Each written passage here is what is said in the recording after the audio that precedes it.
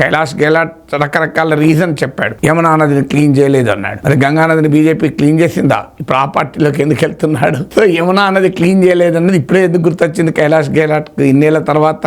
ఆ ప్రామిస్ చేసింది, కానీ యమునా నదిలో కాలుష్యం ఇంకా పెరిగిందని. యమునా నదిలో కాలుష్యం పెరిగితే ఆప్ నుంచి రాజీనామా చేయొచ్చు. బీజేపీలో చేరడం రాజకీయ కాలుష్యం కాదా?